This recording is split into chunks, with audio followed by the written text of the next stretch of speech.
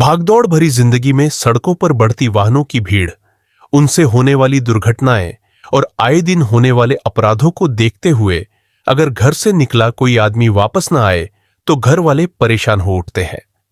नेकीराम का परिवार भी बेटे को लेकर कुछ इसी तरह परेशान था।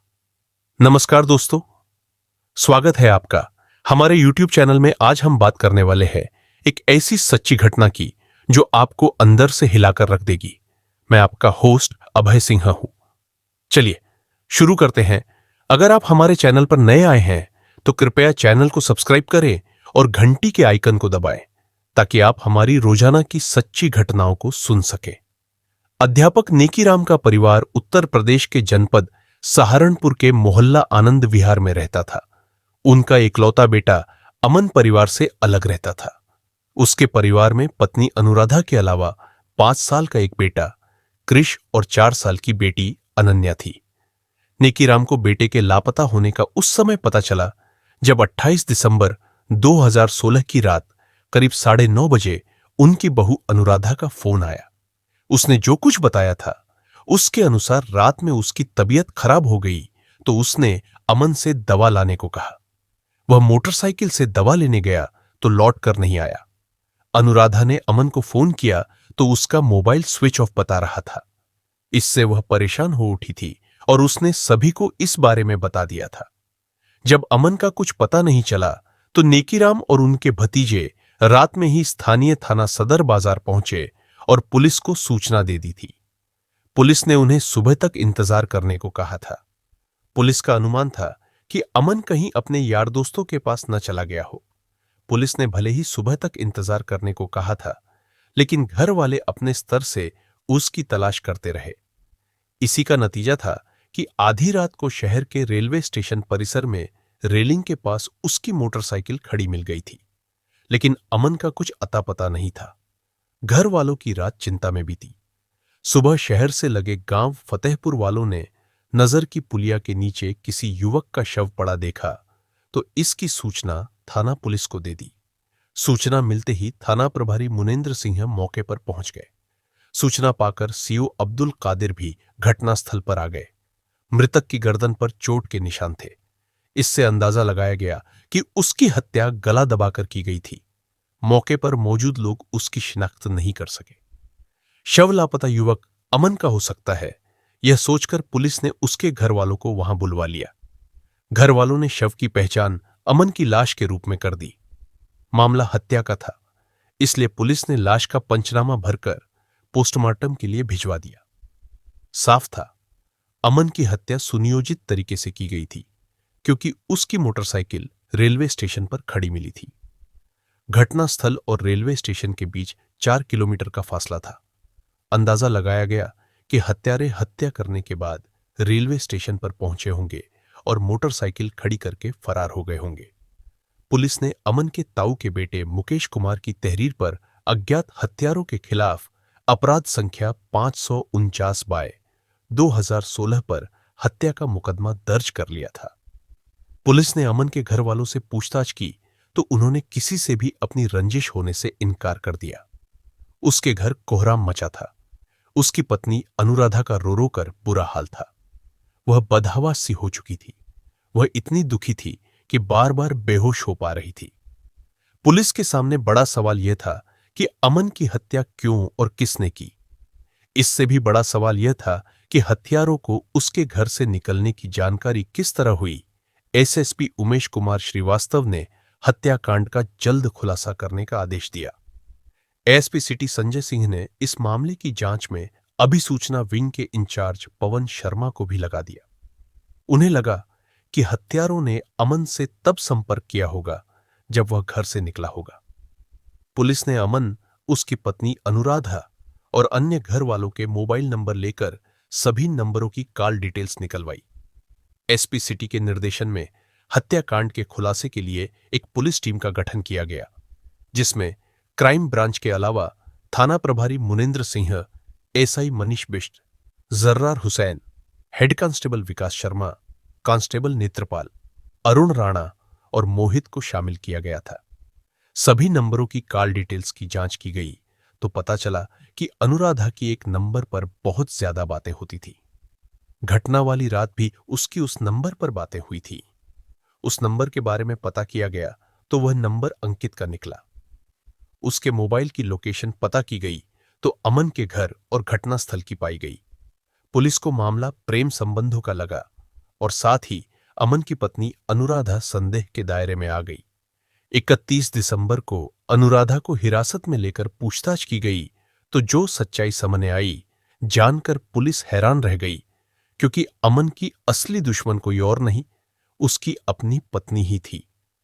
प्रेमी से अवैध संबंधों को बनाए रखने के लिए प्रेमी के साथ मिलकर उसी ने पति की हत्या की योजना बनाई थी। पुलिस ने अनुराधा के प्रेमी अंकित और उसके दोस्त टीनू को गिरफ्तार कर लिया।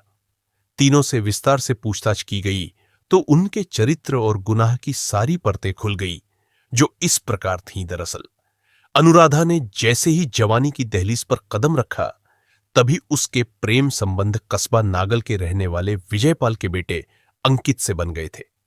जवानी के जोश में दोनों ने मर्यादा की दीवार भी गिराई और हमेशा साथ रहने का फैसला भी किया, लेकिन ऐसा हो नहीं सका। अनुराधा के घर वालों ने उसका विवाह अमन के साथ कर दिया। इसका न तो अनुराधा विरोध कर सकी थी और न ही अंकित। यह बात अलग थी कि अनुराधा अंकित को भूल नहीं सकी। विवाह के कुछ दिनों बाद ही अनुराधा ने अंकित से संपर्क कर लिया था।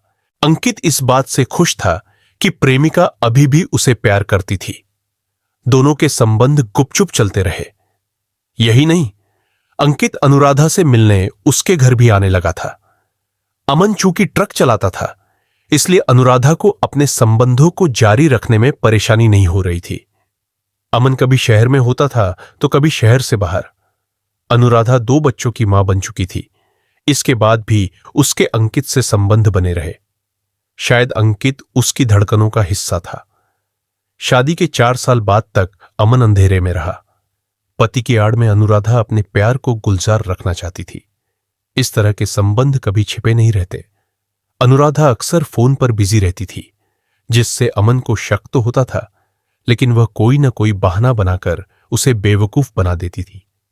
किसी के मन में अगर शक घर कर जाए तो उसका निकलना आसान नहीं होता। अमन भी इसका शिकार हो गया था।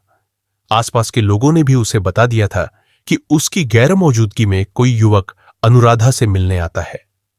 पत्नी की करतूतों के बारे में पता चला तो उसने उसे न सिर्फ जमकर फटकारा, बल्कि उसकी पिटाई भी कर दी। करीब 4 महीने पहले एक दिन अमन ट्रक लेकर दूर जाने की बात कहकर घर से निकला जरूर, लेकिन दोपहर में ही वापस आ गया। उस समय अनुराधा अंकित की बाहों में समाई थी। अमन को अचानक सामने पाकर दोनों के होश उड़ गए। अंकित चला गया और अनुराधा ने गलती मान ली। इसके बावजूद उसने अपनी आदतें नहीं बदली। कुछ दिनों बाद वह फिर अंकित से मिलने लगी। अमन को इसकी जानकारी हो गई। इसके बाद अंकित को लेकर घर में आए दिन विवाद होने लगा। एक दिन हद तब हो गई जब अनुराधा बगावत पर उतर आई। उसने साफ कर दिया कि वह अंकित से संबंध नहीं तोड़ सकती। पत्नी की बेहयाई से अमन गुस्से में आ गया और उसने उसकी जमकर पिटाई कर दी। अपने साथ होने वाली मारपीट से तंग अनुराधा ने प्रेमी अंकित से कहा, मैं तुम्हारे प्यार की खातिर कब तक जुल्म सहती रहूंगी? अगर तुम मेरे लिए कुछ नहीं कर सकते तो मुझे हमेशा के लिए छोड़ क्यों नहीं देते? ऐसा क्या हुआ? आज फिर उसने मेरे साथ मारपीट की। क्या मेरी किस्मत में इसी तरह पिटना ही लिखा है? तुम कुछ करो, वरना मैं जान दे दूंगी। क्या चाहती हो? तुम हमेशा के लिए तुम्हारी होना चाहती हूं। चाहता तो मैं भी यही हूं। सिर्फ चाहने से नहीं होगा, इसके लिए कुछ करना होगा, क्योंकि अमन के रहते यह कभी नहीं हो सकेगा। तुम उसे हमेशा के लिए रास्ते से हटा दो, वरना मुझे भूल जाओ। अनुराधा ने यह बात निर्णायक अंदाज में कही तो गलत संबंधों के जाल में उलझा अंकित सोचने को मजबूर हो गया। उसने उससे थोड़ा इंतजार करने को कहा। अंकित का एक आपराधिक प्रवृत्ति का दोस्त था टीनू, जो नजदीक के गांव पंडौली निवासी छोटे लाल का बेटा था। अंकित ने उसे सारी बात बताई और दोस्ती का वास्ता देकर उससे साथ देने को कहा तो वह तैयार हो गया। इसके बाद दोनों अनुराधा से मिलने उसके घर आए तो तीनों ने मिलकर अमन को रास्ते से हटाने की योजना बना डाली। यह दिसंबर 2016 के दूसरे सप्ताह की बात थी। 28 दिसंबर की शाम अनुराधा ने अंकित को फोन किया। आज तुम आकर अपना काम कर सकते हो? ठीक है, मैं समय पर पहुंच जाऊंगा, कहकर अंकित ने फोन काट दिया। इसके बाद वह अपने दोस्त टीनू को लेकर तकरीबन 9 बजे अनुराधा के घर पहुंचा। अनुराधा ने वादे के मुताबिक घर का दरवाजा खुला रखा था। अमन उस वक्त अपने कमरे में था और सोने की तैयारी कर रहा था।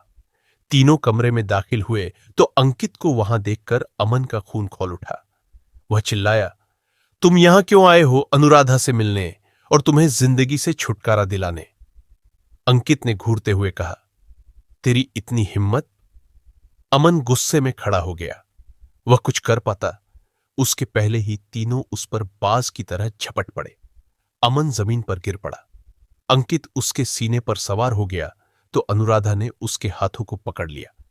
टीनू ने पैर पकड़ लिए।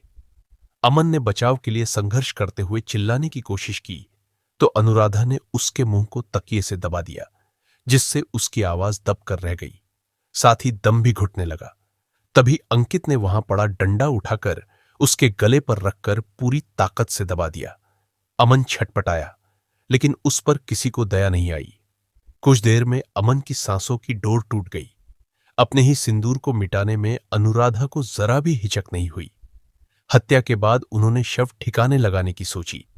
अंकित और टीनू ने अमन की ही मोटरसाइकिल ली और कंबल ओढ़ाकर लाश को मोटरसाइकिल से ले जाकर पुलिया के नीचे डाल दिया।